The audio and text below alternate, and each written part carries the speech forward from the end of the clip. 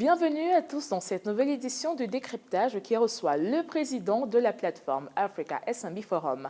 Il aborde avec nous les défis de l'émergence de l'économie africaine et les opportunités de la coopération économique et sociale entre l'Afrique et le monde arabe.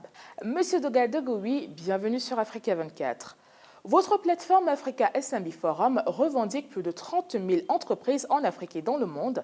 Quelle évaluation faites-vous de vos actions en faveur des PME africaines? Dogal Degoui, chairman de Africa SMB Forum, une plateforme de 33 000 entreprises, un peu plus de 33 000 entreprises, de 53 pays, 31 pays d'Afrique et 22 pays hors d'Afrique. Africa SMB Forum a vu le jour en 2012.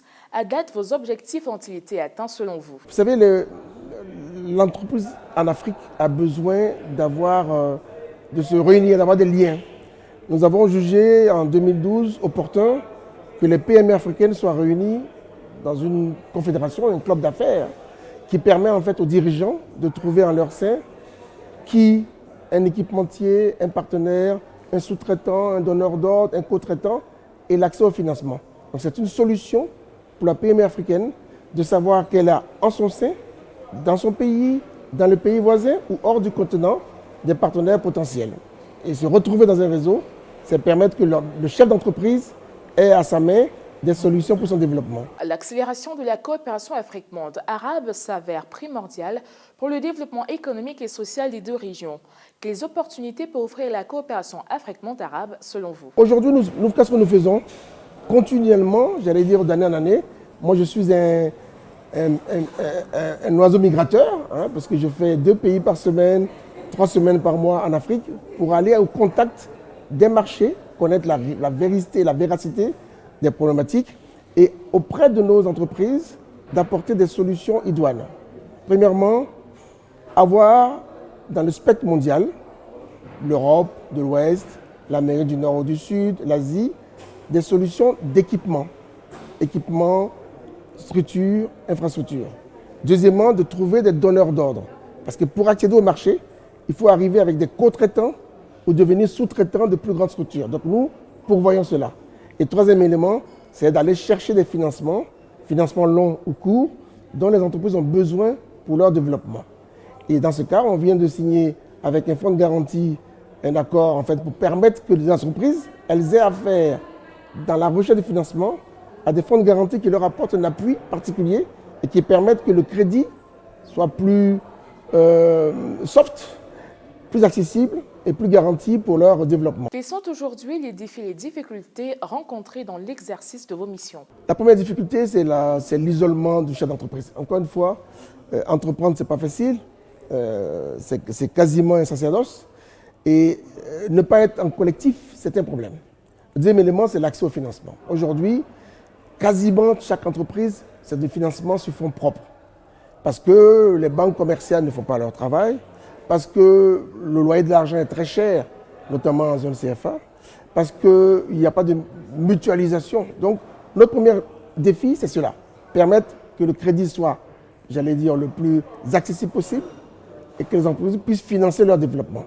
Le deuxième élément, ce qu'on appelle le local content, la capacité à avoir des acteurs locaux sur des grands marchés gérés par des groupes internationaux, qui soient d'ailleurs africains ou non.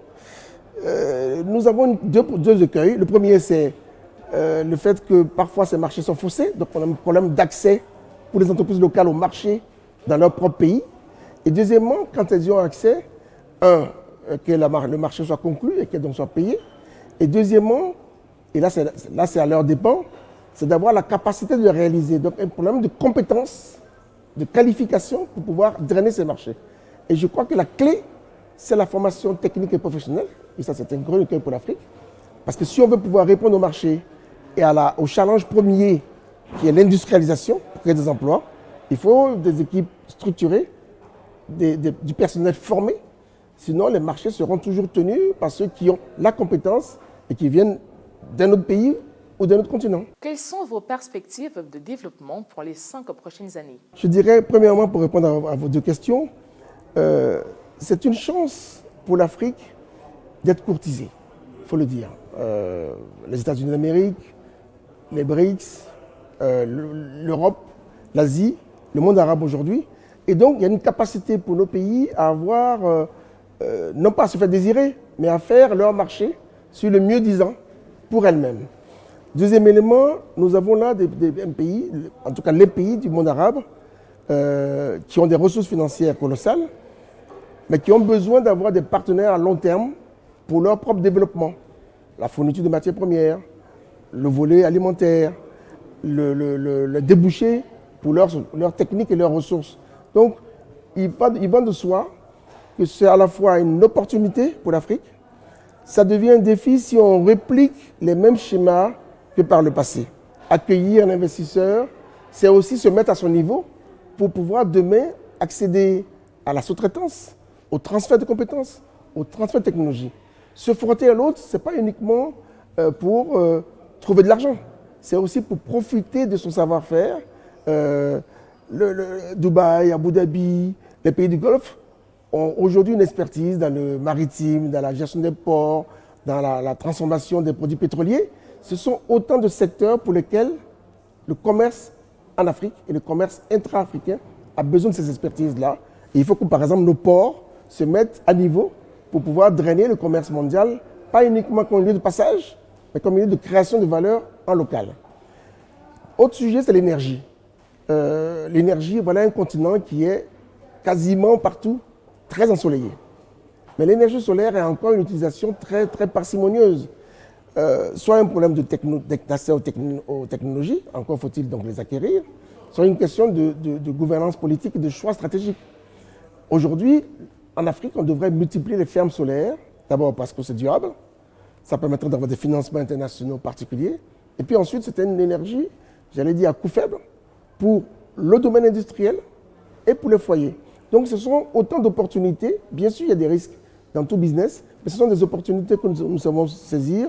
Financial Afrique a réussi en mettant ce thème, à fournir à Abidjan un parterre d'entrepreneurs, de fonds, d'institutions financières du monde arabe, qui elles-mêmes ont montré leur appétence pour l'Afrique.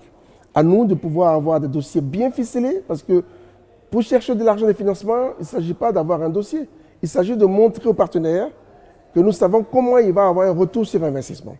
Et ça vaut, j'allais dire, pour la PME dans sa recherche de crédit ou un État dans sa recherche de financement à l'international. Quel regard portez-vous sur le paysage médiatique africain et comment, selon vous, un groupe média comme Africa 24 peut-il mieux accompagner le développement du commerce sur le continent africain? Nous avons aujourd'hui dans notre pipe, dans le champ et dans la vision, j'allais dire le renforcement du réseau sur l'Afrique de l'Est, premièrement.